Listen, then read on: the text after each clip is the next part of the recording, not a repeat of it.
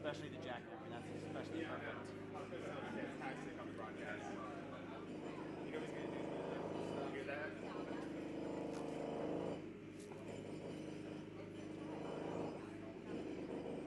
Okay, and then are we staying in here? No. Okay.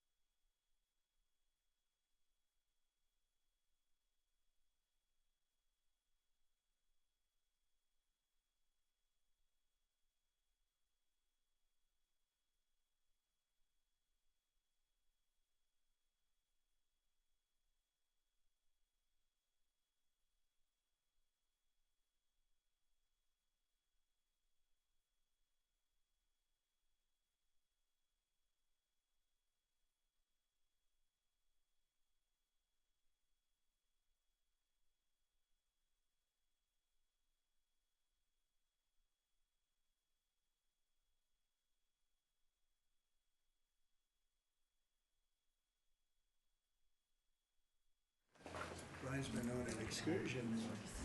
Okay.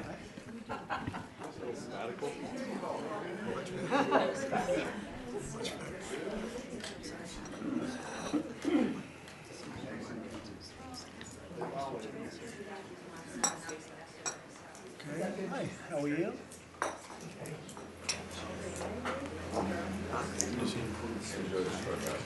Are you all ready? A lot of media, as usual. So thank you to the incredible members of my cabinet. They're doing a phenomenal job. Everybody pretty much agrees to that, including our newest member, Secretary of Homeland Security, Mark Wayne Mullen. Thank you, Mark.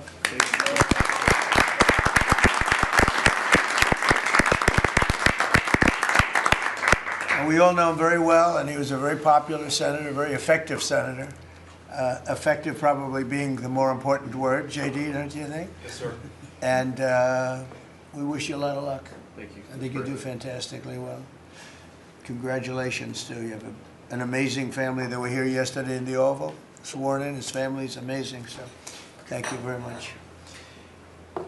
We're now on day 41 of the disgraceful Democrat shutdown of Mark Wayne's department. Congratulations. He came into a department that shut down by the radical Democrats, right? But Democrats are really punishing the American people. I saw it today on one of the shows where they were interviewing people at the airport, and they're all angry at the Democrats. They're saying they're actually angry at Schumer. I didn't think anyone knew his name. One woman said, that Schumer is disgraceful. He's a disgrace to our country. But they're angry at the Democrats. They know what's happening. But they're punishing the American people, including travelers at airports, all in the quest to return to open borders and give amnesty to illegal alien criminals. They want to give amnesty to some of the criminals that came into our country, just about all of them, actually, if you look at it. They love sanctuary cities, which is a sanctuary for criminals. They want to make sure they're taken care of. That's what we're fighting about. That's really what they're fighting. They don't talk about that, but that's what they're fighting about. They want to protect criminals. In many cases, 11,888 murders. Many of them, I will say, are gone now. Because of us, we got them out. But still have some left. Should have never happened, should have never been allowed to come into our country. But we're not going to let it happen. We're not going to let the Democrats get away with this stuff, and people are wise to them. So they need to end the shutdown immediately, or we'll have to take some very drastic measures. This morning, I want to give an update on the Operation Epic Fury, which is an appropriate name because we are absolutely obliterating them. Over the past 3 weeks, we've been hitting Iran's military capabilities at a level that few people have ever seen before. People never knew there was such a capability. We have the strongest military anywhere in the world by far. I built it during my first administration, and I used it during my second administration. Unfortunately, because I'd rather not have to use it. But it's a display of force and precision and skill like nothing the world has really witnessed, although you got a pretty good witnessing of it in Venezuela also. And that was a smaller version of what we're doing now. We're crushing their missiles and drone stockpiles, destroying their defense industrial base. We've wiped out their Navy completely, their Air Force completely. We've wiped out a large percentage of their missiles. And the missile launchers, without the launchers, the missiles don't do any good. And we've knocked out probably close to 90% of the launchers, probably more than 90% of the missiles themselves. Between some they fired and more than they fired, we knocked out. We've also destroyed a lot of the factories. We're continuing to do that, but a lot of the factories where they manufacture the drones and the missiles. The drones, too, are way down, but the reason they're down is they go one way and they don't come back, because for the most part, we're shooting them down. But we also are able to, we've really done tremendous damage to the places where they make them. And just so we set the record straight, because I've been watching the Wall Street Journal's fake news and all these stories that get printed like, oh, I want to make a deal. They are begging to make a deal, not me. They're begging to make a deal. And anybody that saw what was happening over there would understand why they want to make a deal. But they say, oh, we're not talking to them. Anybody would know that. And only a total fool. And they're not fools. They're very smart, actually, in a certain way. And they're great negotiators. I say they're lousy fighters, but they're great negotiators. They are begging to work out a deal.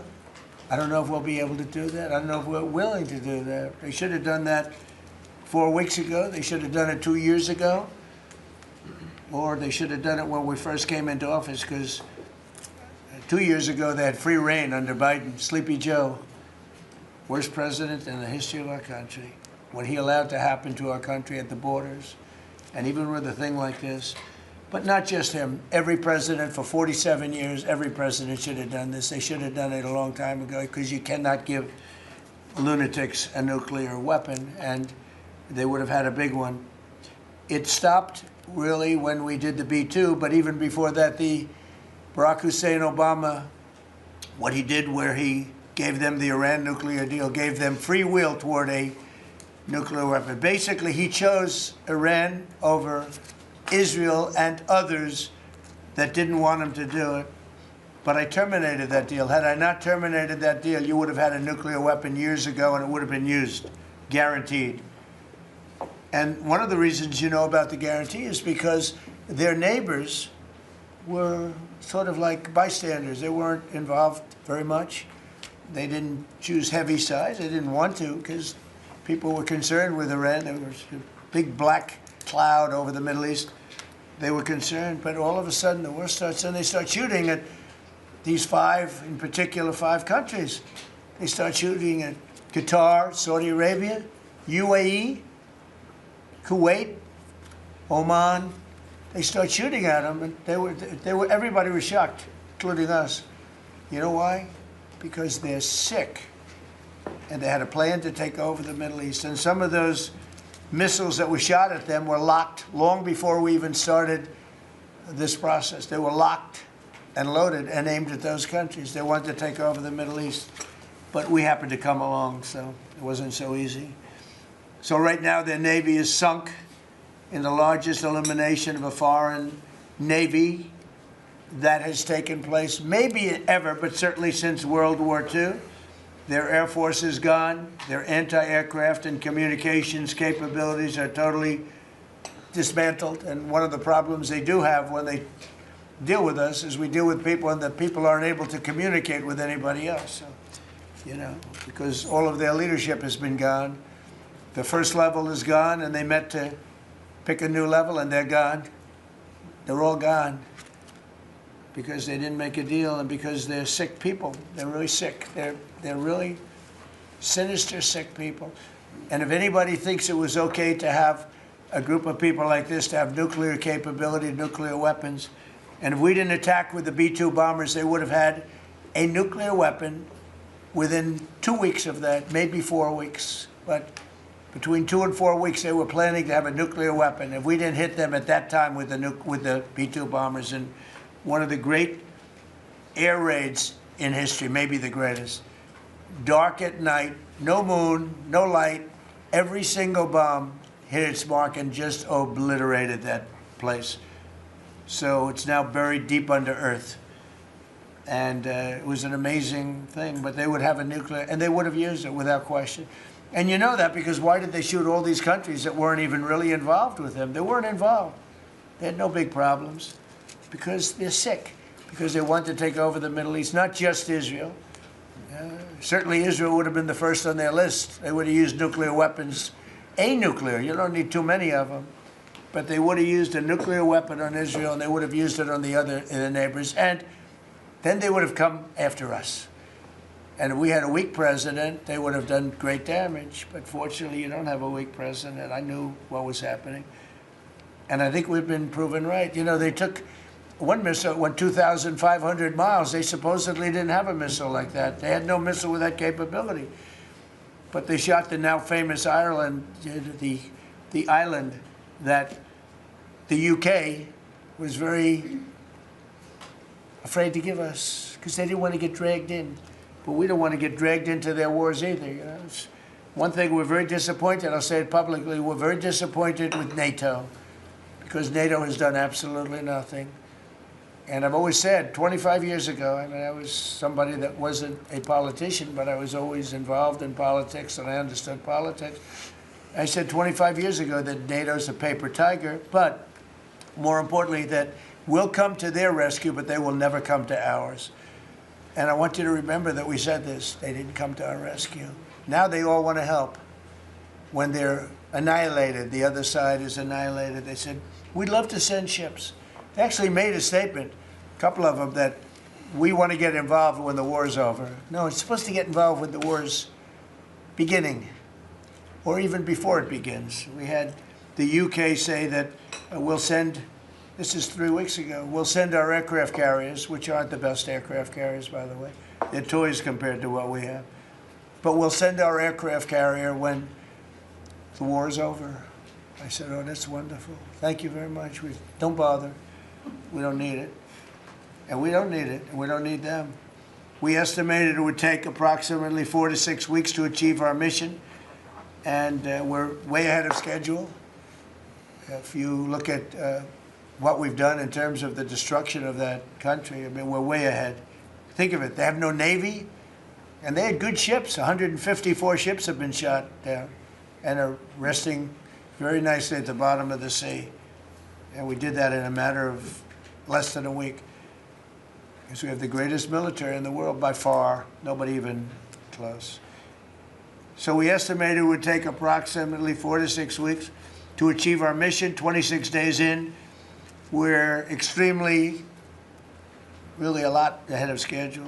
The Iranian regime is now admitting to itself that they have been decisively defeated. They're saying to people, this is a disaster. They know it. That's why they're talking to us. They wouldn't talk otherwise. But they're talking to us because they've got a disaster in their hands. They're defeated. They can't make a comeback. We're free to roam over their cities and towns and destroy all of their crazy nuclear weapons and missiles and drones that they're building, and we're doing that. They now have a chance to make a deal, but that's up to them. And they'll tell you, we're not negotiating. We will not negotiate. Of course they're negotiating. They've been obliterated. Who wouldn't negotiate? They are begging to make a deal. We'll see if we can make the right deal. And if they make the right deal, then the strait will open up. Hormuz Strait will open up. And even now, we don't know if there are any mines. You know, they have 22 they call mine droppers. Think of it. Who would have 22 mine droppers? There's a boat that drops mines. Who has 22 mine droppers? Except for people with very evil intention. So every one of those mine droppers has been struck with the same weapon we used to stop drugs from coming into the United States of America. When we hit those boats, it's the exact same weapon, extremely effective. We have unlimited supplies and extremely effective. But they have no more mine droppers. By the way, speaking of drugs, we're 98% down drugs coming in by water, by the ocean, by the sea. 98%. And we're trying to find out who are the 2% because we think they're the bravest men anywhere in the world. Maybe women. But whoever's on those boats is very brave or doesn't watch television. But where drugs coming in by sea, coming in by water, are 98% down. And now we'll stop the drugs coming in by land. The land is the easy one. You had to stop the water. A lot of it came into the water. Now it's all pinched. And these people are trying to come in by land. And we will, that's the easy one. But we had to take care of the water first. Nobody's coming in. Virtually nothing is coming in anymore. It was hundreds of millions of dollars a week were coming in by water. But they now have the chance, that is Iran, to permanently abandon their nuclear ambitions and to chart a new path forward. We'll see if they want to do it. If they don't, we're their worst nightmare. In the meantime, we'll just keep blowing them away, unimpeded, unstopped. Well, there's not a thing they can do about it. They can't do anything about it, you know. I tell you, if they could, you'd be hearing about it. You'd be hearing about it. You don't hear anything about it. They can't shoot our jets. We have the best We have the best military equipment in the world, no, not even a contest. You see that with Venezuela? They had other equipment, they didn't have ours, it didn't work. Didn't work. Think of it, we did the situation in Venezuela, it was a great military operation, getting a very, very dangerous man who's killed a lot of people, forced people into our country.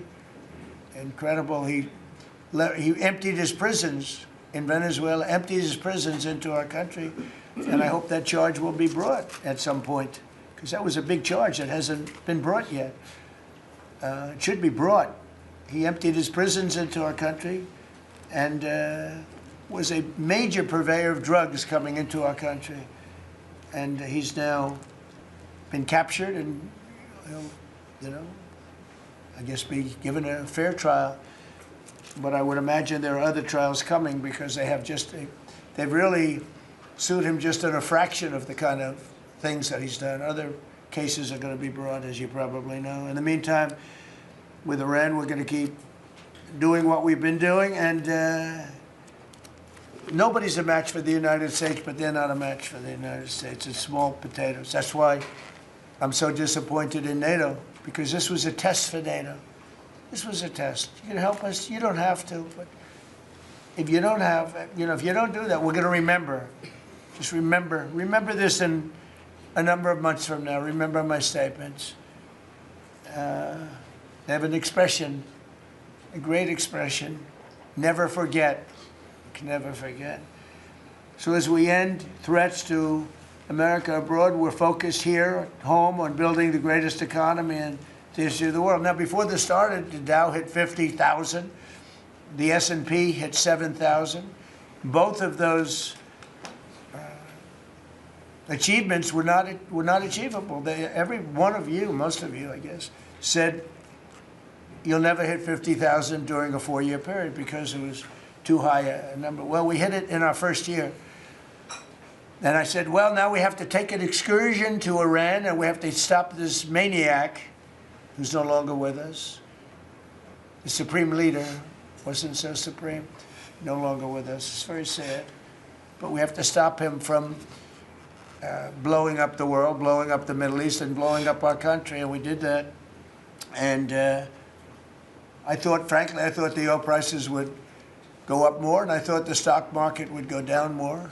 It hasn't been nearly as severe as I thought. I think they have confidence in maybe the American president and maybe the people sitting around this table. But Americans filing their taxes this year are receiving record-setting refunds. It's been a very big story. Well, it should be a big story. I don't think you read about it that much, but I speak about it. I speak about it because if I speak about it, at least people hear. You don't write about it. You don't write about the drug prices going down. It'll be going down 30, 40, 50, 60%, 70%. Favored nations, called most favored nations, we're going to be paying the lowest price anywhere in the world. Before we paid the highest price in the world, Bobby, right? And now we're going to pay the lowest price in the world. That's quite a difference. It's a difference of from 40 to 70 and 80 and even 90%. That's a pretty big difference. But we're slashing regulations and investment is pouring in from all over the world. We have the most investment of any country in history has been put into our country in the last year. And again, we had to take a little detour. Won't be long. Going to end soon. We had to take a little detour, go to Iran, and we had to put out a fire. Very dangerous fire that could have blown up big portions of the world, if not the whole thing. So tomorrow we'll be announcing a variety of actions that we're taking to support American farmers, who we never forget. We love the farmers. We gave them $12 billion out of tariff money. We had a tremendous amount of tariff money come in, and we continue to have. We've gone, as you know, the Supreme Court gave us a very unfortunate, foolish ruling, a ruling that gives the people that have ripped off our country for many years, gives them some money back. But it's one of those things. It's a terrible, terrible, horrible mistake they made, but it's okay because we have another method that's just as good. We'll use the other method. But because the tariff money has been so substantial, we gave our farmers who have been mistreated by some countries, we gave them $12 billion, and they're extremely happy. And they deserve it. They've been great. They never complain. They just go out and they farm, and they wouldn't do anything different. They wouldn't trade jobs with any of you, except maybe some of the fake media. I don't know. Somehow I don't see that. I like their job better, actually. I love the farmers. So we gave them $12 billion. So in just a few moments, Treasury Secretary Scott Bessent will discuss the actions that we're taking to address energy prices, which have not gone up as much as I thought, Scott, to be honest with you. And, you know, it's not over, so maybe it'll go up a little bit more. It's all going to come back down to where it was and probably lower. And my predictions have been right. Trump was right about everything. They have a new hat. Trump was right about everything. It's pretty right. But Scott's going to address that. And I think before we go very much further, I want to ask Vice President J.D. Vance to say a few words about where we are with the situation he's involved with Steve and with Jared on negotiations. And then some of the others will speak. We'll have Marco say a few words. Pete Hegseth, who was born for this role. I mean, he's doing a great job. They gave him a hard time. And now people, I'll tell you, somebody came up to me yesterday, gave you a very hard time, said, you know, I made a mistake. Pete Hegseth is doing a good job. So when I tell you who, you're not even going to believe it. He said Hegseth. He gave you such a nasty hard time. But you're doing great. And then Steve is going to speak, and Scott will speak last. And if we have any questions, we'll take some questions. You may have questions. I doubt it, but you may have some. So, JD, please. Yes, sir. Well, thank you. It's good to see everybody. Proud to be part of this team. Proud to be serving the president of the country. Let me just say a couple things. The first of all is the president summarized this very ably. But look, the Iranian conventional military is effectively destroyed. They don't have a navy. They don't have the ability to hit us like they could have even a few weeks ago. And what that does is that gives us options, Mr. President. Now, there's been a lot of reporting about diplomatic options, about negotiations. There's, of course, Pete and his team. There are further military options. But what we have now that we didn't have when the president took over just a little over a year ago is the ability to use every tool at our disposal to ensure that Iran doesn't get a nuclear weapon. Because when I say options, I think it's important the American people know options for what? And it's options to ensure that Iran never has a nuclear weapon. You talk about people who walk into a crowded supermarket and have a vest on, and they blow up the vest and a couple of people get killed, and that's a terrible tragedy. What happens when what's on the vest is not something that can kill a couple of people, but can kill many, many tens of thousands of people? That is the most important American national security objective that exists for any administration at any time, is you don't want the worst people in the world to have a nuclear weapon. That's why the president is doing this. That's why the president cares so much about this particular issue. I'll let Steve talk a little bit about the details of the negotiation, but the last thing I'll say before I turn it over to Marco is I'm very mindful, of course, that we have a lot of folks overseas fighting very ably for the United States of America. I know Pete and the whole team, we're very proud of them, but they're fighting at a time where we are about to enter as Christians the most important week of the Christian calendar, the Holy Week that celebrates the return of Jesus Christ to Jerusalem. And so I want to say to all of my fellow American Christians, but particularly those serving in the Gulf, that I wish you all a very blessed Easter, a very blessed Holy Week, and we continue to stand behind you and continue to support you every step of the way. Thank you, sir. Thank you very much. Marco? The most important job any president has is to keep the American people safe. And every president says it, but we have a president that means it and does something about it. As the president outlined very clearly to the world on the night this operation began, Iran has been at war with the United States for 47 years. For 47 years, Iran has been killing Americans and attacking Americans across this planet. And other presidents had an opportunity to do something about it. And they all warned about how Iran was dangerous, but they refused to act. And this president's not someone that's going to refuse to act. He's not going to leave a danger like this in place. He's going to address it, and that is what he is doing. From the very first night of this operation, the president made it very clear. People like this, and now what I'm talking about is not the people of Iran. The people that run this country are radical Shia clerics. These are religious fanatics. Look what they are doing now. At their weakest point, this is the weakest Iran has ever been, and look at what they're doing. They're attacking embassies. They're attacking hotels. Imagine what these people would do if they had a nuclear weapon. That is an unacceptable risk for the world. By the way, the president's not just doing a favor to the United States and to our people. This is for the world. He defined very clearly on the first night of this operation what the goal was. We were going to destroy Iran's Navy, and that is happening. We were going to, if it hasn't already happened, I'll let Pete speak to the specifics of it. We were going to destroy their missile launching capabilities. We're well on our way to achieving that goal. We were going to destroy the factories so they couldn't make more missiles and more drones, and that is moving forward. Every single objective the President clearly laid out on the first night of this operation is being effectuated. Again, Pete will speak to the specifics of it. This has been an incredibly successful operation. Every day, it may not get covered because, you know, we're unlike them. We're not bombing embassies and hotels. We're hitting military targets. But every day, the Department of War lets the drummer get wicked over every portion of Iran that has these military capabilities, and the results are going to bear fruit for the world. The world is going to be a safer and a better place when President Trump's mission here is achieved. And frankly, I think countries around the world, even those that are out there complaining about this a little bit, should actually be grateful that the United States has a president that's willing to confront a threat like this and not allow it to continue to persist. Because these people will kill as many Americans as they have a chance to do, and if they have a nuclear weapon, as the Vice President pointed out, they could kill millions of Americans in the future, and that is a risk that was not going to continue to exist as long as we had this president. Thank you, Marco. You know, it's very interesting because yesterday I was watching, is it Anthony Blinken? And he was saying that they should have done it. But they didn't do it. Nobody did it. Nobody did it. For 47 years, Marco, that's the number, 47. I guess now it's 48, because we've been saying 47 for a long time. It's probably 48. But for 47, 48 years, every president should have done this. And some are saying now that they made a big mistake in not doing it, but we're taking care of business. Steve Witkoff, please. Mr. President, it is my distinct honor to be a member of your cabinet and to report to you and your team on our negotiations with Iran. Mr. President, you directed Jared and I to pursue a diplomatic resolution with Iran prior to Operation Epic Fury, which we did.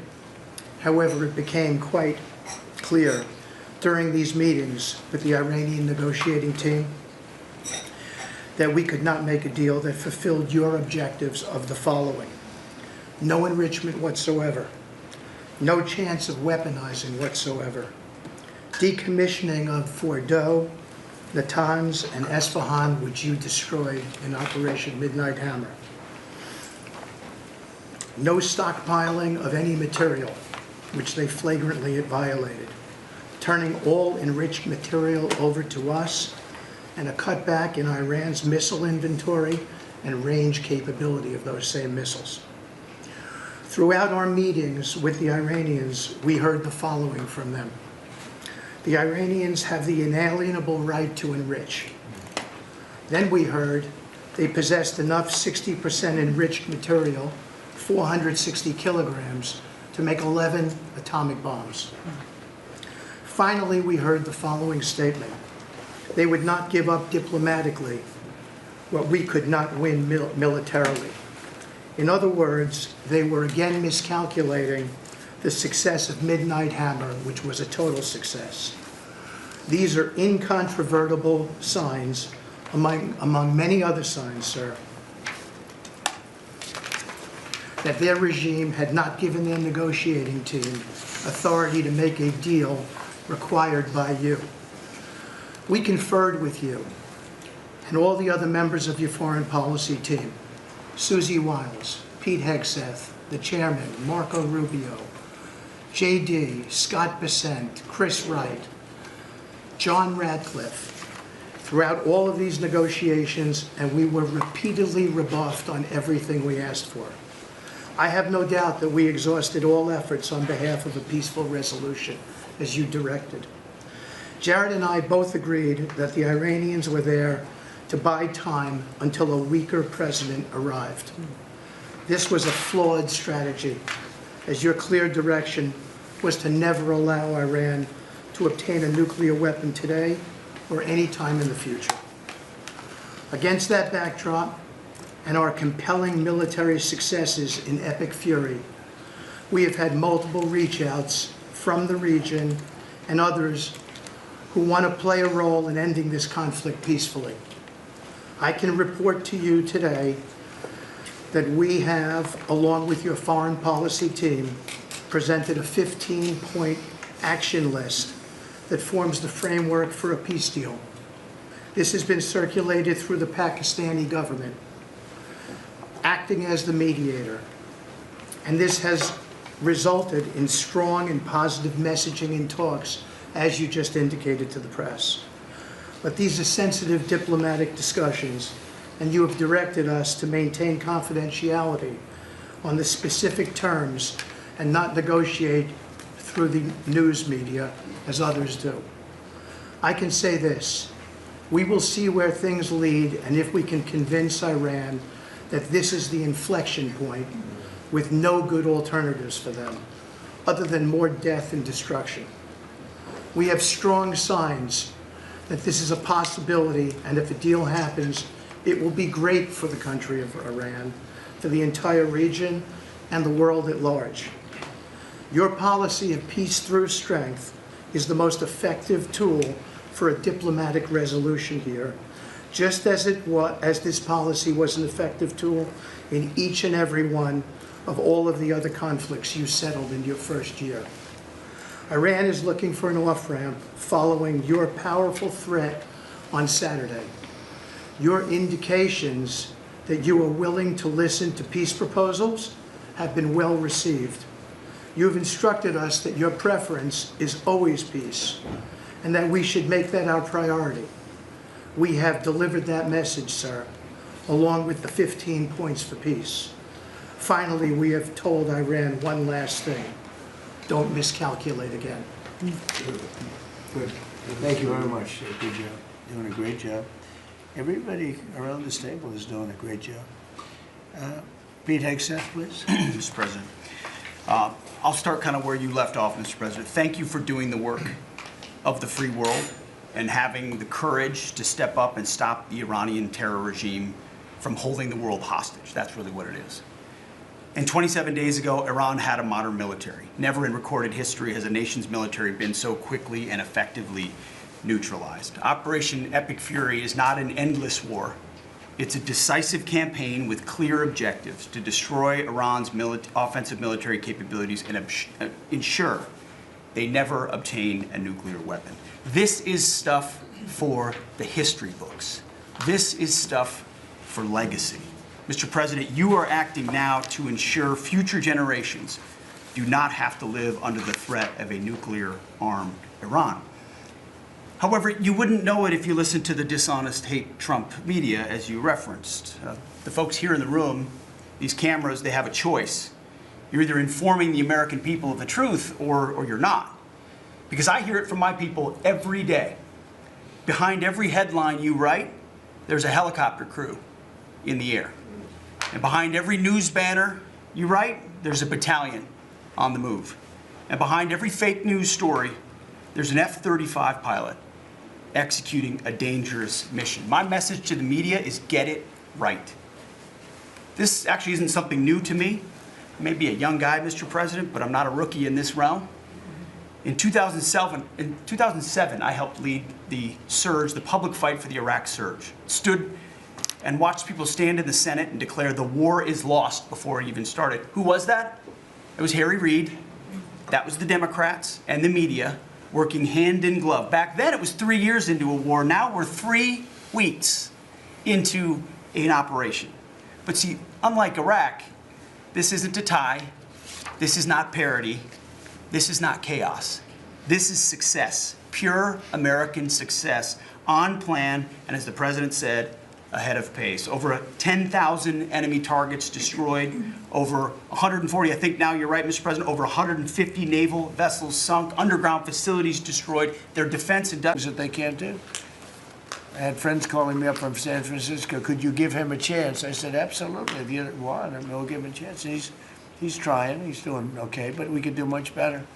We could make it a lot safer than it is. San Francisco, a great city, was a great city, could quickly become a great city again. But, you know, they're going very slowly. I tell my friends they're very substantial people. They're in a certain business where people have made a lot of money. I hope that lasts.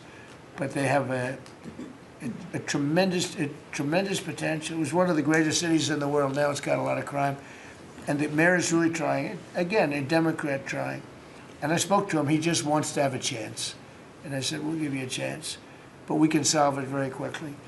This young lady would be around today if we were around, because we have nobody coming through our border. I mean, literally for 9 months, it's zero. It's hard to believe that that number could be possible, because millions of people came in through Biden. But nobody even tries. We don't have the caravans of thousands, 25, 30,000 people pouring into our border. They come up in caravans. We don't have caravans anymore. There's no such thing anymore. There's a name that I think I developed, but somebody developed it, but I think it was me. I thought it was an appropriate name. Thousands of people would come up and just barge into our country, totally unchecked, totally unvetted. And this man came in, Dan, right? And he came in through the ridiculous open border of Biden. If we were there, the election was rigged. What are you going to do? Came back, big comeback. But if we were there, we wouldn't have had people coming through. It's amazing. You know, it's so easy now because everyone knows they're not getting through. We don't have any caravans. Once they know that, when it was easy to come through. When I heard that they had an open border policy, I said, boy, this is going to be, I couldn't believe it. But when it was actually, you know, it dawned on me because I had built 1,000 miles of wall, and we were finishing up some, and he didn't want to finish it up. I said, they really do want to have an open border. And we got it finished. But that young lady would be alive today. And she'd be alive for another reason, because we would have the National Guard in Chicago and in New York and in other places. And they love doing it. It's like training, to be honest. It's actually training. I never want to take them out of D.C. I mean, maybe somebody later on will do it, but I never want to take. You know, the people, they look, they say, we feel so good, we feel so safe. We see these beautiful, strong people, and they're so nice. They help. They open the doors for people. They carry bags. They pick up paper when they see paper on the ground. I looked at D.C. last night. I drove to make a speech, and I drove through, and I said, take me this way, take me that way. The city's clean. The fences are down. You don't have homeless all over your parks. I mean, we had parks. There was no room for anything else other than homeless. It's all clean and nice. And it'll be even more beautiful in a year from now. And we have some projects that are great. This ballroom is going to be something that's so beautiful for the city, so desperately needed by presidents. I mean, now it's no secret the military wanted it more than anybody. It was supposed to be secret, but it became unsecret because of people that are really unpatriotic saying things. But doesn't matter.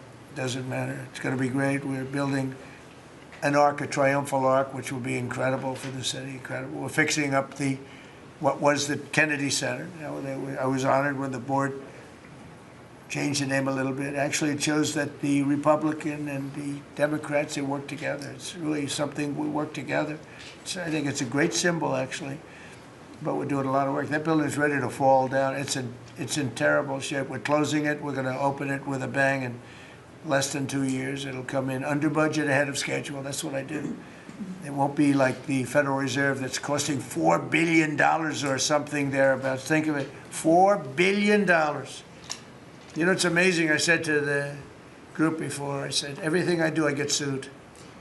I build under budget, ahead of schedule.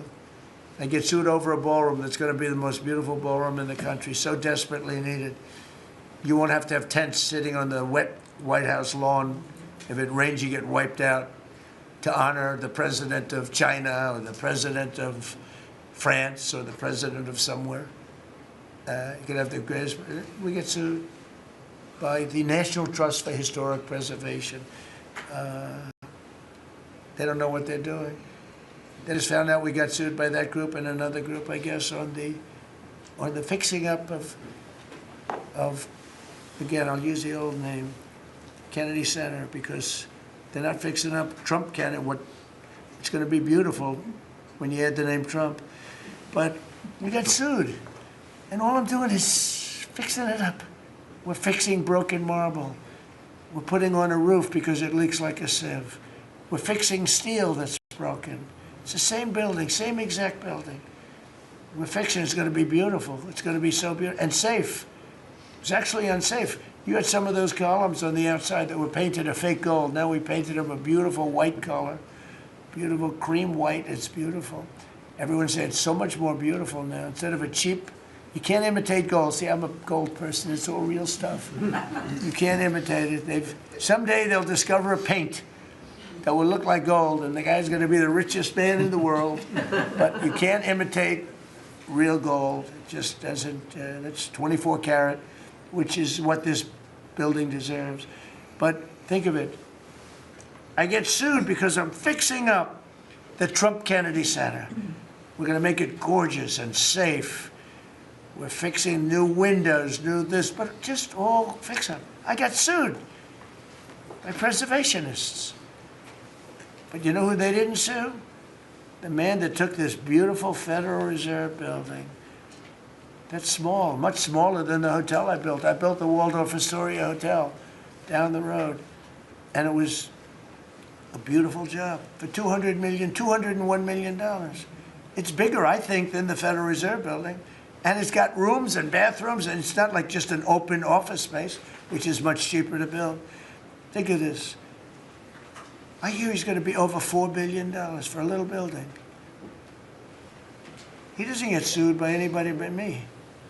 I sue because it's either somebody's very crooked, which has to be, because what happened to all that money? You can't sue. I would have done that building for $25 million. It's going to cost maybe $4 billion, and we have a great new person coming in to take over the Fed. And Kevin may not ever have an office, because I don't know if they're going to be able to build. I passed that building the other day. It's a see-through. You know what see-through means? There's no walls up. And they're going to spend. But the National Trust for Historic Preservation, which is a joke, by the way, they didn't sue that building. They didn't sue anybody. But they sue me, and I build. And by the way, my buildings, it's all donations. Rich people and people are putting up the money. Zero taxpayer dollars. Is that right, Scott? Yes, zero taxpayer dollars. This stuff is all done for free, and I get sued. This could only happen to Trump. But they don't sue the guy whose interest rates are too high. That's why we call him Too Late. His name is Jerome Powell. We call him Jerome Too Late Powell. And done a terrible job.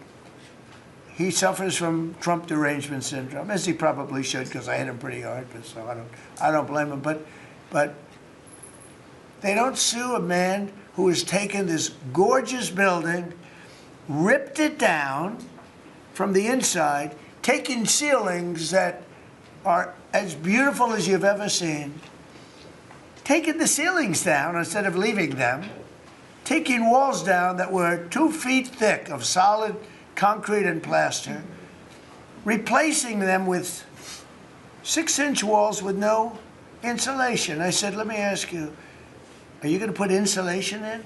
No, it's not in the budget. Oh.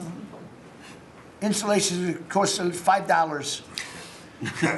Now you're going to hear the guy next door. If he's next door to me, I'll be able to hear his military plan. I'll know exactly. If Lutnick is in there, I'll say, oh, I know exactly what Lutnick's got planned. It's the craziest thing I've ever seen. They've ripped this gorgeous building apart, and you can never build it again. I could, but it costs a lot of money. But a normal person can never build. So you're going to have crummy little walls, a flat little ceiling eventually, but right now you don't have anything.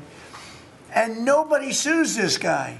And then when Jeanine Pirro, working with Pam and others, has the courage to sue to find out what happened to maybe $4 billion and a building that may never be occupied by Kevin Warsh. He may never get there.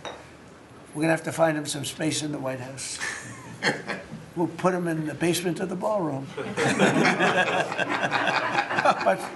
But when, now think of it, when Jeanine Pirro and Pam and the group, when they bring a suit, it's like, oh, this terrible thing. And then we have a judge that attacks us.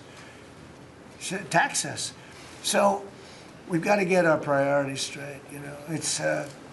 It's a very sad thing that's happened with the Fed. And then just one other thing very quickly, you have Gavin Newsom in California Railroad. That's 100 times over budget. It's out of control. It was supposed to go from the middle of San Francisco to the middle of LA. Well, now it stops way short of both. It now goes into areas that nobody ever heard of. It's billions and billions of dollars over budget, years and years, maybe decades late. And that's why we have a country that has a lot of problems, you know. We have incompetent people. It's all people. Think of this, Federal Reserve, I would have had that building done for $25 million. I would have, if I did it, it was up to, somebody else would have done it for more. So maybe 50. But you could have done that building, if it was properly done and planned, you would have done that building for, I would have done it for $25 million, and it would be better. It would be better. See this pen right here? This pen is an interesting example. It's the same thing. So this pen is very inexpensive, but it writes well. I like it. But I can't have the pen the way it was. You know what it is. I don't want to give too much publicity, but they do treat me well. Sharpie. So I came here, they have $1,000 pens. And you know, you hand pens out, you're signing and you hand them out, you're handing them to all these people. Sometimes you have 30, 40 people. And they were $1,000 a piece. Beautiful pen, ballpoint. 1,000, it was gold, silver, gorgeous. But I'm handing out to kids that don't even know what they're, what is this, mommy? It's kids. They're getting a pen for $1,000. They have no idea what it is. And I feel guilty because I'm like, you know, I'm by nature, I don't, you know, it's the government. I love the government like I love myself economically. I want to save money. So I'm saying, this is crazy. And it had another problem. They didn't write well. So I take it out and I saw it and there's no ink.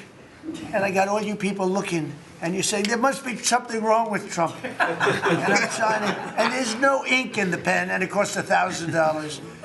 This one, I called the guy. I said, I'd like to use your pen, but I can't have a gray thing with a big S on it saying Sharpie. As I'm signing a $1 trillion airplane contract to buy brand new fighter jets, brand new B-2 bombers, of which we just ordered plenty. I can't do that with the press. Use your pen, but I like the pen the best, but I'll sign it. I could do like Biden did, you know? Give it to somebody else to sign, or an auto pen, or maybe sign it separately in another room, but I can't use your pen. He said, well, I can make it nicer. I said, what can you do? He said, I'll paint it black. I said, that's nice.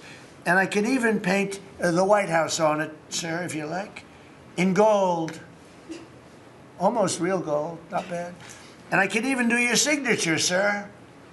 And by the way, this was not staged. I just saw the pen sit there. I thought of this as an example of how $25 million spent by me at the Federal Reserve Building would be a better job than $4 billion that they're spending. And you know, one of the things that Kevin Warsh told me, he said they ripped down the nicest building. I don't know what building they're talking about. They ripped down a building, Scott, right? Kevin Warsh said it's the most beautiful building in Washington. He said the most beautiful space. They ripped it down. Why did they do that? I don't know. Do you know what he's talking about? Is it true? Yes, sir. They ripped it down. We have a moron at the Fed. Who wouldn't be lowering interest rates right now?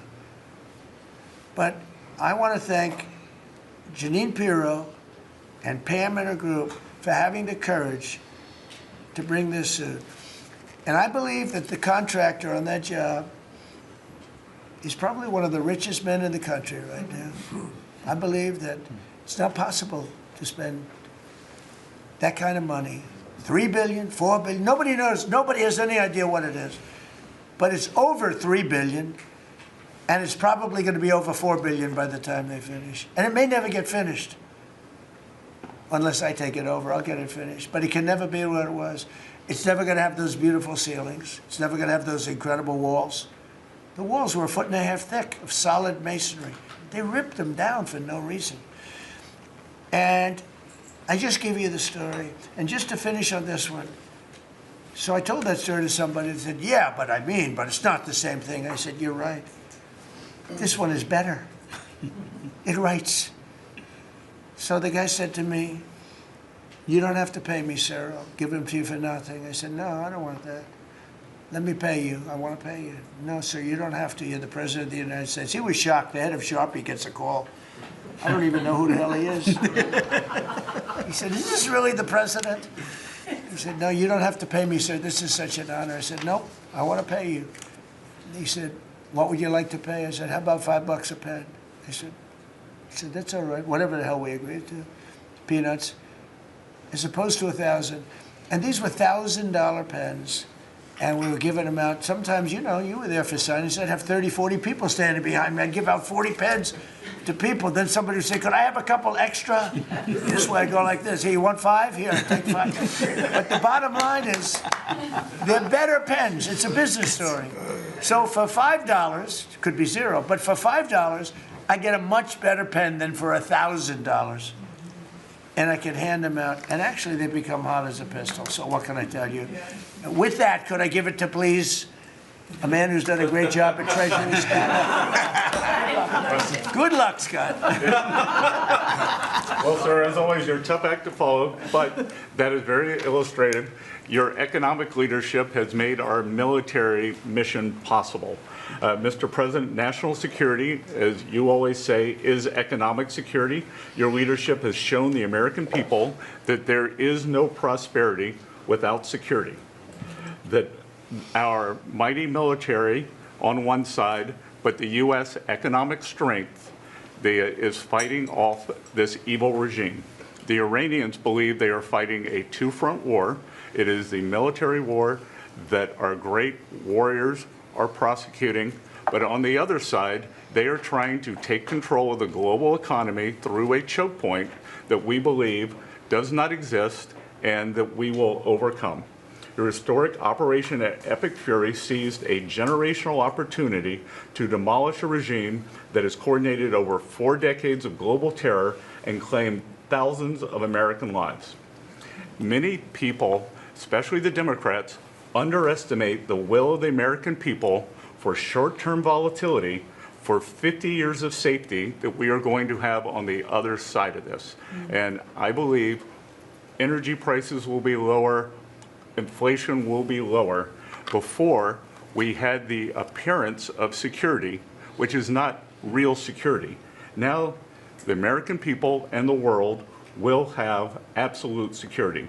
Through your maximum pressure campaign, Treasury has worked to uncover all financial lifelines through the regime and cut them off. You gave that order last March. This was not something that happened overnight. This is something that has been contemplated for almost a year. The Iranian financial system collapsed in December. We have systematically weakened Iran's ability to fund operations and procure weapons, and that required months of preparations. Threats to American national security have no place in the global economic system. The oil market is well supplied. We have taken actions to ensure oil supplies stranded at sea are made available to the global market. Your bold actions like the Development Finance Corporation's Maritime Reinsurance Program in conjunction with Central Command will soon provide shippers through the Gulf region with a level of security we have never seen before. Mr. President, we are starting to see more and more movement in and out of the Gulf today, and this is more than yesterday, and this is the beginning. I am confident that shipping traffic will continue to increase on a daily basis even before we secure the straits. Turning to the home front, the U.S. economy remains strong. We had a strong economy thanks to you. We are the best insulated in the world thanks to your energy efforts in Term 1 and Term 2. The U.S. is an energy superpower. American workers' purchasing power is finally being restored. The latest figures indicate robust real compensation increases. We are starting to see the working family tax cuts benefits bearing fruit this tax season. 44% of tax returns have claimed at least one of your signature policies: no tax on tips, no tax on overtime, no tax on Social Security, deductibility of auto loans. The average tax refund is up more than 10% for working Americans. The economy you vitalized through your pro-growth policies is well positioned to withstand these temporary disruptions. The United States dollar has reasserted itself as a safe haven asset. The U.S. dollar has appreciated since the hostilities began because everyone knows, thanks to your efforts, the U.S. economy is the best position in the world and capital is flowing in. Efforts to reprioritize economic security are ensuring the United States remains secure, resilient, and prepared for the challenges ahead. As we approach the 250th anniversary, America will never be safer and more secure militarily and economically. Thank you. I just want to ask you a question. Is this guy Central Casting? I'm looking at him. I'm in Treasury. He might not be so good for war. I don't know. No, I'm looking pretty good too. I'm looking at this guy. He's Central Casting. Even the glasses are perfect. Where do you get those glasses? I think I'm going to get glasses. That's beautiful. Great job. That's really good. No, he's done a great job, and you all have. Proud of you all. Do you have any questions? Yes, Mr. President, are you going to go in for the uranium? Like, how do you secure Iran and... Let's assume I was or I wasn't. Why would I ever answer a question? Can you accomplish your What goals kind of a without it? question? Am I going to go in for the, oh yeah, I'm going in. We're going in tomorrow at 3 o'clock. How could you possibly ask a question like that and expect an answer? I don't know. But I don't know. I think you're a friendly person too. It's just such a ridiculous question. Mr. President, yes, Mr. President. Please. Thank you, Mr. President. There's been a report that potentially the U.S. is looking at diverting some munitions, air defenses that were meant for Ukraine to the Middle East. Is there any accuracy to that? Is that something you're considering? Well, I'd have to ask you, but we do that all the time. You know, we have tremendous amounts of ammunition. We have them in other countries, like in Germany and all over Europe. We have, you know, we're packed. And sometimes we take from one and we use for another. We help Ukraine. Biden started, and he gave $350 billion away. Too much, way too much. And we sell it now to NATO. We sell it to NATO, and they probably give it to Ukraine. Mostly, I think they give it to Ukraine. But we get paid for everything that we give. We don't give anything anymore. That's a tough situation. That whole Ukraine situation, very, very tough. We're working very hard on getting that one solved. It doesn't have any impact on us, virtually nothing. In fact, if anything, I mean, we sell a lot of equipment for that unfortunate war. 25,000 people died last month, 25,000, so mostly soldiers. Some in the towns, but for the most part, soldiers. They're dying. Nobody's seen anything like it since World War II. It's a terrible situation, and hopefully that's going to get settled. You know, I settled 8 wars. And many of them, I think, were more difficult than this one. In theory, they were more difficult, but there's tremendous hatred between President Putin and President Zelensky. Tremendous hatred. I've seen it before, but I've never seen it maybe to this extent. And I think that's calming down a little bit, and I think we have a chance of getting it done. But it doesn't affect us. Thousands of miles away. That's why when I heard the head of Germany say, this is not our war, about Iran, I said, well, Ukraine's not our war. We helped, but Ukraine's not our war. I thought it was a very inappropriate statement to make, but he made it. You can't erase it, but he felt that way. I said, well, you know, Ukraine's not our war, and it's not, but I would like to see all those young people stop being killed. I mean, they're being killed. It's like a slaughterhouse. What's happening there is horrible. 25,000 on average. 2 months ago, it was 31,000 people died in 1 month, Marco, right? I said, it's getting crazy. It's getting worse. Think of it, 31,000 soldiers, both Russian and Ukraine, died 2 months ago, 25,000 last month. And if I can solve that, it would be a great honor to do it. I wish it could have gone faster. I solved other ones in 1 day that had been going for 32 years. We stopped one that was starting. It was already started.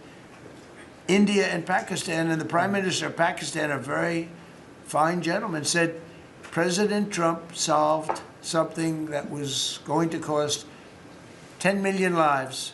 That was going to cost a lot of lives, 2 nuclear nations. And those were complicated, but we got them done quickly. This one is, it's a shame. And the only reason I'm doing it, frankly, is because I want to stop death. I want to stop the death from happening. I think I'm going to go with a man that I've missed, Brian. I haven't seen you in a long time. I miss you. He's been in a very strange location. I don't know. He's had a strange thing happen. But anyway, go ahead, Brian. Well, good to see you too. Actually, good to see the entire cabinet here. Linda, good to see you too. You talked about gas prices coming down. Yeah. Obviously, they will. But would you ever consider suspending the federal gas tax in order to kind of temporarily alleviate some? Well, some people should do that. As an example, in California, every time prices go down, his prices go up because you know, the gas tax is bigger than the tax itself, bigger than the product itself. It hasn't. I mean, we've thought about it, I guess, but honestly, when I did this, I knew it was going to be a little bit. We had the greatest economy ever. We had the greatest stock market in history. I said, we're going to take a little bit of a hit, a short-term hit. It's going to end up going much higher than it was, in my opinion. I said we're going to have a great stock market. Nobody thought we could get to 50,000 or 7,000 in the respective indices. Nobody thought that that was going to happen, but it did in the first year. They said it couldn't happen in 4 years, that you wouldn't hit 50 in 4 years, but you could maybe get close. We hit it in the first year. And I said, this is a good time to solve a problem that you had to solve. And that's what I did. But the gas tax, you know, people have talked about it. It's something we have in our pocket if we think it's necessary. And if I can follow real quickly, you just recently took off, Secretary Duffy, 17,000 truckers off the road that quite frankly, could not speak English, which is a safety issue. Yeah.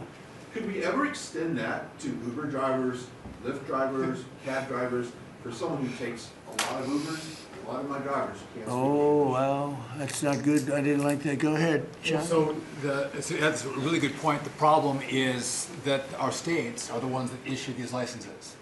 So with commercial driver's licenses, we do have some federal control.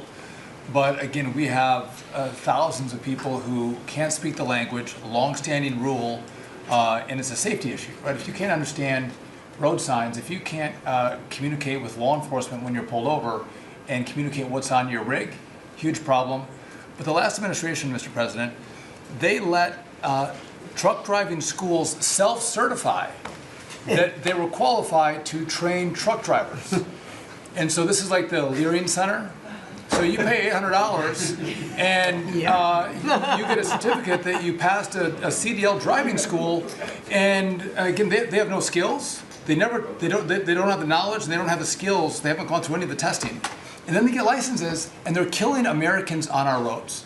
So it's remarkable, the rot that the last administration allowed to take place. We are ending that, and I need partnership with our states. Even California started to come on board. Even Gavin has started to play ball with us, which is surprising. Shocking. Not all the way, a little bit of shocking. Mr. President, You know, it's interesting because I just saw something that the nursing home business and the daycare centers in particular, they went out and inspected them in Minnesota, and they didn't exist. They're knocking on the door. He happens to be a young man, Nick, nice young man. He's done a very good job. They're knocking on doors. It's like homes. And they're getting hundreds of thousands of that. They didn't exist. And in California, it's worse. It's even worse. And I spoke with Russell Vought. I said, Russell, don't send them any money. He said, but we have a court order that we have to. Can you believe it? A judge. The judges are really hurting this country. Our judges, Justice Roberts doesn't like when I say it, but the judges are really hurting this country. And frankly, the justices, the Supreme Court, has really hurt our country too. Mr. President, do you have a new deadline, given that there are some talks now? Do you have a new deadline before taking? No, I'll announce it. I mean, right now, you're talking about a deadline for doing some pretty big damage, even bigger than we've done. We'll see. Look, we have very substantial talks going on with respect to Iran. with the right people. You know, I told you about a present, right? Steve, can I reveal the present? You can do anything you want to say. Thank you. They said to show you the fact that we're real and solid and we're there, we're going to let you have 8 boats of oil, 8 boats, 8 big boats of oil. This was 2 days ago. And they'll sail up tomorrow. That was 3 days ago. And I didn't think much about it. And then I watched the news and they said, a very good anchor actually, happened to be Fox, but I watched it and he said, something's unusual happening. There are 8 boats that are going right up the middle of the Hormuz Strait. 8 big tankers are going loaded up with oil right through. And I said, well, I guess they were right, and they were real. And I think they were Pakistani flagged. Yes. And I said, well, I guess we're dealing with the right people. And actually, they then apologized for something they said, and they said, we're going to send 2 more boats. And it ended up being 10 boats. All right. I hope I haven't screwed up your negotiations, but I thought it was appropriate to say, because I did taunt you the other day by saying they're going to give us a present. There were 2 illegal immigrants who were arrested at San Francisco airport for ignoring deportation orders. At the same time, as you highlighted, really great reception from American travelers for ICE agents. Is there a PR aspect of this that can allow future deportations to go on with less protesting, less outrage? Yeah, it's amazing, because by putting ICE there, look, the press was very unfair to ICE, so was everyone else. These are great American patriots. They have a tough job. They have to find murderers and take them out of our country. I wouldn't want to do it. You wouldn't want to do it. Most people wouldn't want to do it. They do it. And, 11,888 murderers, and that's murderers. That's not drug dealers. That's not lots of other things. It's not people from mental institutions.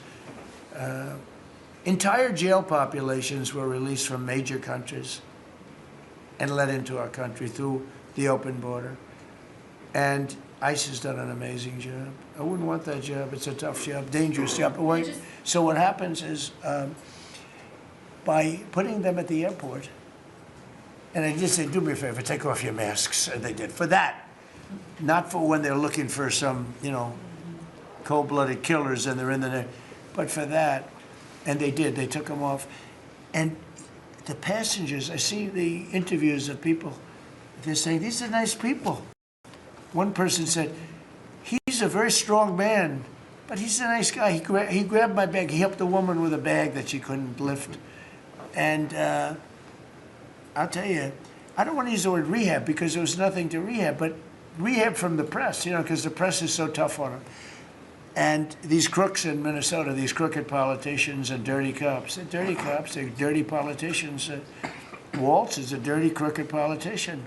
The Attorney General is a crooked guy. He's no investigations, and I hope JD's going to do a great job. He's in charge of it now with somebody who's very talented. But I think it's easy stuff. They say $19 billion, think of it, is missing. 19 billion.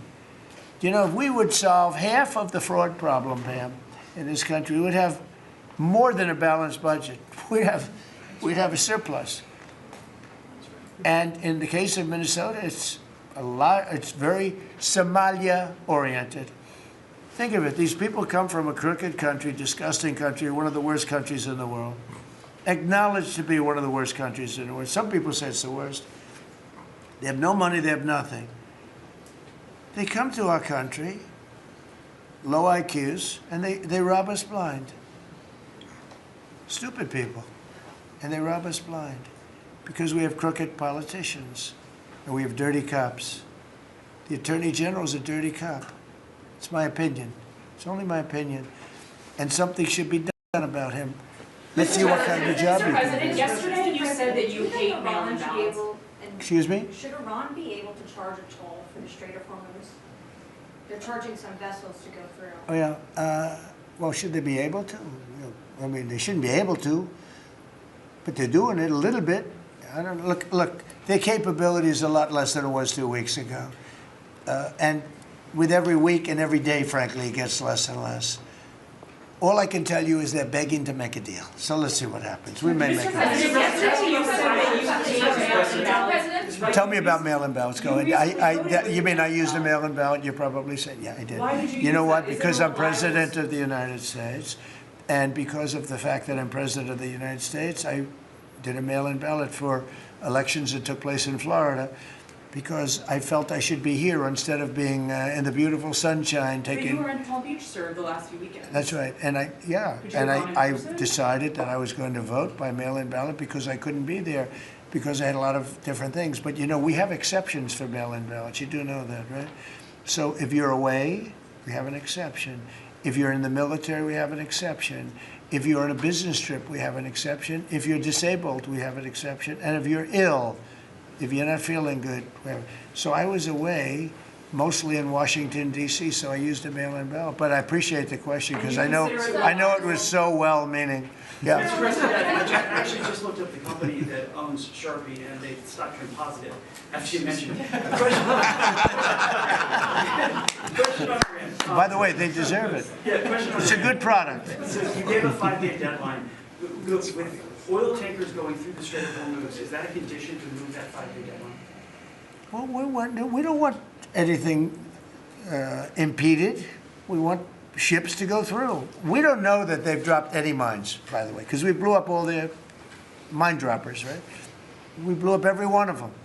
They're going to have to take them out on a rowboat or something. I don't know how the hell they get them out there, but we don't really know. You might speak to it. We don't know. There could be a few of them out there, but that's a lot. You know, if you have $1 billion ship and you get hit by a mine, it's not the greatest thing in the world. So if you think, the problem with that, that's not like you've decimated a military. If you think there may be a mine, that's a bad thought, and it stops things up. How are we doing in that regard, Peter? Mr. President, you're right. We have so heavily degraded their coastal defense capabilities and their naval capabilities that any strategic or operational attempts to do those types of things are extremely limited. And we continue to move over the top of that. Now, whether Iran makes a wise choice or not to try to execute that is part of how this deal comes together. But with every passing day, the military pressure that we're putting on them lessens their ability to really hold that militarily at issue. I mean, the problem with the issue of the Hormuz Straits is this. We've decimated them as a military. No Air Force, no Navy, very few rockets left. We blew up so many. Hard to manufacture them. Same thing with drones. The leadership is gone. The problem with the Straits is this. Let's say we do a great job. We say we got 99%.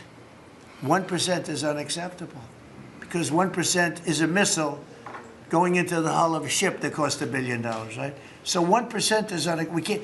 If we do a 99% decimation, that's no good. So how much So it's really, you know, a little bit. But I have a feeling it's going to clean up pretty quickly. I could just say this: they want to make, and I probably hurt our little negotiation. It gives them a little impetus to say, well, I wish you didn't say that. But they said yesterday that we weren't negotiating with them, and now they admit that we were negotiating with them. So they want to make a deal. The reason they want to make a deal is they have been just beat to shit. So the Are you President, thinking of taking control of Iran's oil? It's an option. I mean, I wouldn't talk about it, but it's an option. Is that something you thought about? Well, in Venezuela, we've done very well working with Venezuela, certainly. And we've taken in billions and billions of dollars. And by the way, Venezuela is doing better right now than they've ever done in the history of their country. And it's sort of like a joint venture. But the United States has made a lot of money, Marco, right? With it. Do you want to talk about that for a second? About Venezuela? Yeah. Yeah, I mean, I think Venezuela in the first 2 months of this year generated more revenue from oil sales than they had most of all of last year. But the money's not being stolen anymore. And it's being held in a U.S. Treasury blocked account. And to the extent it's flowing to the Venezuelan government, it's going to help people, like fund hospitals, pay teachers. It's not And we being get a stolen. lot of it. And they got more than they have in many years. Think of it. We get a lot of it. We have a deal. We get a lot of it. We had 100 million, think of this, 100 million barrels we took in the first 2 weeks. 100 million barrels. That's a lot of oil. It's a lot of ships. And we got some, and they got some. We paid for the ships. A lot of money left over. And Venezuela has done better now with us. Call it a partner, call it whatever you want. We've made a lot of money, and they've made a lot of money. We've paid for the cost of that military hit many, many times over. And we've only just started. Our relationship with Venezuela has been amazing. The people, actually, I'm the highest polling person. In other words, after the presidency, I think I may go to Venezuela and run for president against Elsie. I may run against Elsie. It's an option. No, they like me in Venezuela, but it's an option for me. It's a wonderful option. Yes. There's some reports that Gulf allies are concerned about winding down the war too soon and potentially leaving Iran. Well, they'd probably like us to stay, but the concern. If we don't stay, look, it's a beautiful thing about airplanes that go 2,000 miles an hour is you can get back there very quickly. If we don't stay, we're going to be protecting them. We know, they've been very good. Hey, Qatar, Saudi Arabia, in particular, Qatar, Saudi Arabia, UAE, the three of them, Kuwait, Bahrain, they've been 100%. Now, in all fairness, they could have gone the other way. They were surprisingly missiled. They were shot at. Nobody ever thought they'd be shot at. UAE had 1,400 missiles aimed at them. Fortunately, they had the greatest anti-missile weapon in history called the Patriot. Almost every single missile was shot down. We had an incident recently where 101 missiles were shot at a certain thing that we own that's very valuable. 101 missiles going 2,000 miles an hour. Out of the 101 missiles, every single one of them was shot down in midair and fell into the ocean. It's amazing technology. There's nobody has equipment like we have. Is it even possible while Iran still has that enriched uranium? Is it even possible? Well, you're going to have to see, but I think we're in just very good shape. We're roaming. You know what we're doing? You know the word roaming free? We're over their skies with the most beautiful planes you've ever seen. Roaming free, there's not a damn thing they can do about it. And it would be nice if, like the fake news New York Times, which writes so fake, and the Wall Street Journal is terrible, terrible. I read a story today that I'm desperate to make a deal. If I was desperate, he'd be the first to know. Pete, let's get the hell out of there. I'm the opposite of desperate. I don't care. I want to know. In fact, we have other targets we want to hit before we leave. We're hitting them on a daily basis. No, I don't talk about you. I can't talk about specifics. A lot of people say that wouldn't matter. Maybe it does matter. Who knows? But I wouldn't talk. It's like the question this young lady asked. Sorry about I embarrassed her. I don't want to embarrass you because I think I think she's a friendly reporter, so I'm sorry. But I can't say what we're going to do because if I did, I wouldn't be sitting here for long. They'd probably, what is it called, the 25th Amendment? They'd institute the 25th Amendment, which they didn't do with Biden, which is shocking. The hard question is really safe enough to leave the region because Steve said that they've got enough uranium to make 11 bombs. That's a very scary thing. So well, again, I can't talk to you about that. You're asking me a question. You're essentially saying, will I go in and do something? I can't talk to you about that. Mr. President, you're looking at a coalition of ships to help, warships to help protect tankers. How close are you to getting that coalition? Well, we have a coalition for them, but they should have been up here a long time ago. And they're affected. The amazing thing is we don't need the Hormuz Strait. We don't need it. We don't need it at all. We have so much oil. Our country is not affected by this. We have twice the amount of oil as Saudi Arabia or Russia, and soon it'll be 3 times the amount. Chris, do you want to speak to that for a second? Yeah, that's correct. Our total oil production is greater than Saudi Arabia's plus Russia, and more than we consume in the United States. So we're the largest. Pretty good. Pretty you know what they call it? Drill, baby, drill. Yes. Mr. President, anything else you want to say? Well, and same thing for natural gas. We went, before your first term, we were the largest exporter of natural gas in the world. Today, we're just by far the largest. We were the largest importer, now we're by far the largest exporter, and it's growing rapidly this year. New facilities are coming online, new production's ramping up. We're doing an amazing job. We're getting a lot of help from that man right over there. He's getting approvals done quickly, and very environmental. He's an environmentalist, actually. He does a great job, but he gives you a fast approval or rejection. Do you have anything to say? Well, back on Venezuela, where Chris and I both had a chance to be there, I literally think they're going to put a statue to President Trump, and I'm not being, it's not a political statement, it's an I actual hope thing. so. That would be a great honor. No, because it's like they view President Trump like Simon Bolivar. He's the liberator of a country, and this is a country where they love American baseball. You look on the street, they're wearing NBA jerseys, and Delcy and her team working with us, getting back. Chris and I both experienced, it was the first time in Venezuelan history that they had the free press allowed to come on to essentially where the White House, the Palacio Miraflores, and it was an emotional thing for people that had been for 20 years had never had a chance to be there. So whether it's and then production, it's showing up in production. The American companies that are coming back, most of those American companies have many American Venezuelan team members. One company in Houston's got 600 Venezuelan Americans that know more about reviving that industry. So their GDP is it 1/4 of what it was before? They want to get back. They remember what it was. Their production on oil production is climbing towards 50% increase just in the 3 months we've been here. That flows to American refineries on the Gulf Coast, lowering the price of gas in America. So it's a Forget that. When are they going to do the statue? The hell with you.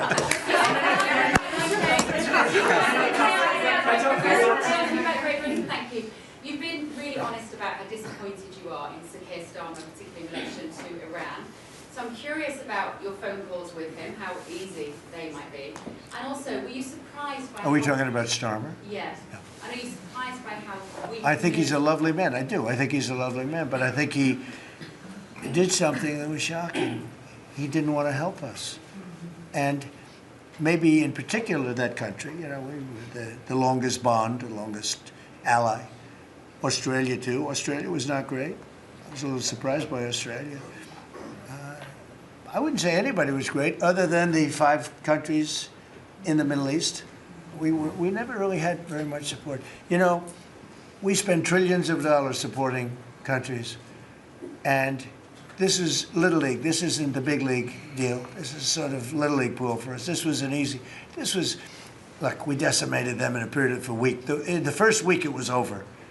In the first few days, it was over. I think the Navy took us 3 days to essentially annihilate that. They weren't there. So if there's ever a big one, which I hope there's not, but if there's ever a big one, I don't think they're going to be there. And that's not fair. And we have to remember that as a country, because we spend trillions of dollars protecting Europe, protecting the countries of NATO. They weren't there for us for small time. This is small time. You know what? Venezuela is a big deal, but it's not the big one. They weren't there. So what makes you think they'd be there if we needed them for something? And your prime minister was not there, as you know. He was there after we won. He said, we'd like to send some ships. I said, we already won. We don't need them anymore. But can you explain why he was reluctant to help? Why he what? Why he was reluctant to help with Iran? He didn't have to. I didn't ask him. I just said, just tell me no. I mean, we're always going to be there, or at least we were. I don't know about anymore, to be honest with you. I would have to be honest. We were always there when they needed help. We always would have been there when they needed help. I mean, think of it. We're there to protect Europe from Russia. In theory, it doesn't affect us. We have an ocean, big, fat, beautiful ocean. But we're there to protect NATO, to protect them from Russia. But they're not there to protect us. It's ridiculous. It doesn't make sense. I tell you, a lot of people were big NATO people. I was never big. I was okay. I got them to pay 5%. By the way, they haven't paid it yet. You know that. I got them to pay 5% from 2% to 5%. They didn't pay it yet. I got them to pay up to 2% because they weren't paying the 2%. Then I got them to pay 5%, which they should be at. And we had a lot of, oh, that was great, great. Oh, only Trump could do it. But the problem is they haven't paid. Because if you look at the numbers, they haven't paid yet. So we were there for them, but they were not there for us. Did we need them? No. I never thought we needed them. I was more doing a test. I said, I really would love to have you come up. bring your boats. You can sail through the beautiful Hormuz Straits, and you can protect people that are being shot at. They didn't do it. And that's small potatoes. Do you understand what I'm saying? Yeah, I do. Go ahead. I was just going to say, does it affect the state visit with the King that you're going to have in April? Are you looking forward to that? With the king? With the King No. coming here? No, he's a friend of mine. He's a great gentleman. As you know, he honored me and our country. He really honored our country. But we had an amazing time. I've known him as Prince Charles. I know him as King Charles. I'm proud of him. He's fighting a tough battle. He's tough. I think he's a fantastic. It has nothing to do with that. It's different. But he's going to be here very soon, as you know. We're going to have a state dinner. It's going to be great. But I was very disappointed when the Prime Minister said, I won't be able to. It started with the island that the indigenous have claimed away from your country. And for some reason, you went for it. And all of a sudden, indigenous people that never saw the place, they never saw it. He was afraid that we would do something to insult, because he's a liberal. That's the way they think. And when we needed the island to land that beautiful B-2 bomber, we were told we can't use it. We'd have to fly back to Missouri, which is a 17-hour flight, as opposed to a couple of hours. And I said, you gotta be kidding. Not good. They made a big mistake. Mr. President, is the Friday deadline for Iran, is that pushed back now, or, and if not? I don't know who's yet. decided I don't know. not decided yet? Mr. Witkoff and JD and Jared will tell me whether or not they think it's going along. And if it's not going along, maybe not. And we have a lot of time. You know what? It's a day. In Trump time, a day, you know what it is? That's an eternity.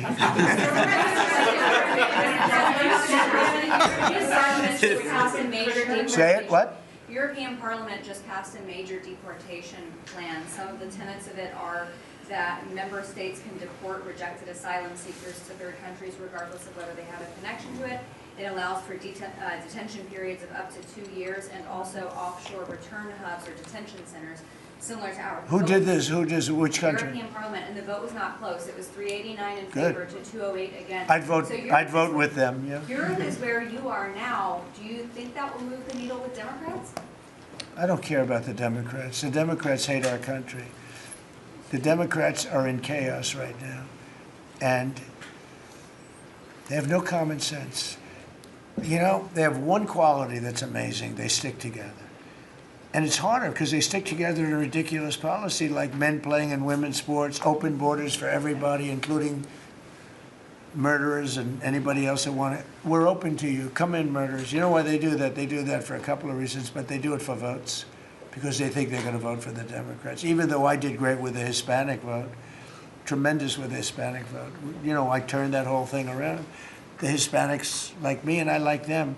And you know, it's interesting with the Hispanics. When I built the wall, everybody said, oh, that's going to ruin us for the Hispanic. It was just the opposite. They know all about immigration, and they know all about death and crime, and they're smart people, and they have common sense. They wanted to be protected from the people that were coming into our country. So, you know, I won the election with a very tremendous Hispanic vote, and I think it's higher now than it was then. So, we're a party of common sense. The Democrats are a party of insanity. They're a party that will destroy our country. If I didn't win this election, I believe our country would have been destroyed by now. 1 year, that's all it would have taken. If you had Kamala or Sleepy Joe, either one, it wouldn't have mattered. They're the same thing. Two sleepy people, two stupid people. I believe, and by the way, Gavin Newsom, who is one of the candidates, I believe he took himself out of the running when he says he suffers from mental disability. And a reporter said it was terrible that I talked that way about somebody with mental disability. I said, I have no problem with it, but I don't want a person with mental disability to be my president. I mean, you don't want to have a person with mental disability being your president. And Gavin Newsom said that he can't read a speech. He can't do almost anything. And then he said he's as dumb as all the people in the room. And he got accused of being a racist, which was an amazing set. I thought it was the worst interview I've ever seen anybody give. He's actually a very stupid person. So I believe he's out of the running. I think that statement, that interview, He admitted that he's a stupid person. I don't want a stupid person being president. You know, I'll say it right now. I say it because no press never reports it. I'm the only president that ever took a cognitive test. I took it 3 times. It's actually a very hard test for a lot of people. It wasn't hard for me. But it's a cognitive test. It starts off with an easy question. And by the time you get to the middle, it gets tougher. By the time you get to the end, very few people can answer those questions. They get very tough, mathematical equations and things. I took it 3 times. I aced it all 3 times in front of numerous doctors that I have no idea who they are.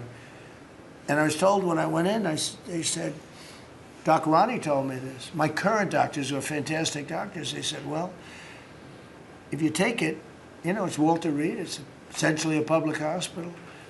And if you do badly, it's probably going to get out. But I aced it. I got them all right. And one doctor said, I've never seen anybody get them all right. I've been doing the test for 20 years. I want people, I would love to see anybody that's a president or a vice president or anybody that has any chance of being a president, I would like to see them take a cognitive test. Because we had a man in this office that had no clue what was happening. And let me give you a little secret. He wasn't a smart man 30 years ago. And I'll tell you about President Obama. He wasn't a smart man either. I know all about him. He wasn't a smart man, highly overrated. He was a great divider. And our country can't go through that anymore, can't go through. We have done an amazing job. I had to do a little stopover. I call it an excursion. I had to do a little stopover in Iran, and we had to knock the hell out of them because our country would not have been safe. The world wouldn't have been safe. I've done a great favor for the world. The world has not been reciprocal. Because when I told NATO, where we give billions and billions of dollars, trillions over the years, I said, do you mind coming up and giving us a little hand with the streets? Send up some. They didn't want to get involved. And I believe that's going to cost them dearly. Thank you very much, everybody. Thank you. Thank you very much. Thank you, Mr. President. Keep moving. Thank you, guys. Keep moving. Thank you. Thanks. Keep moving, guys. Thank you, press.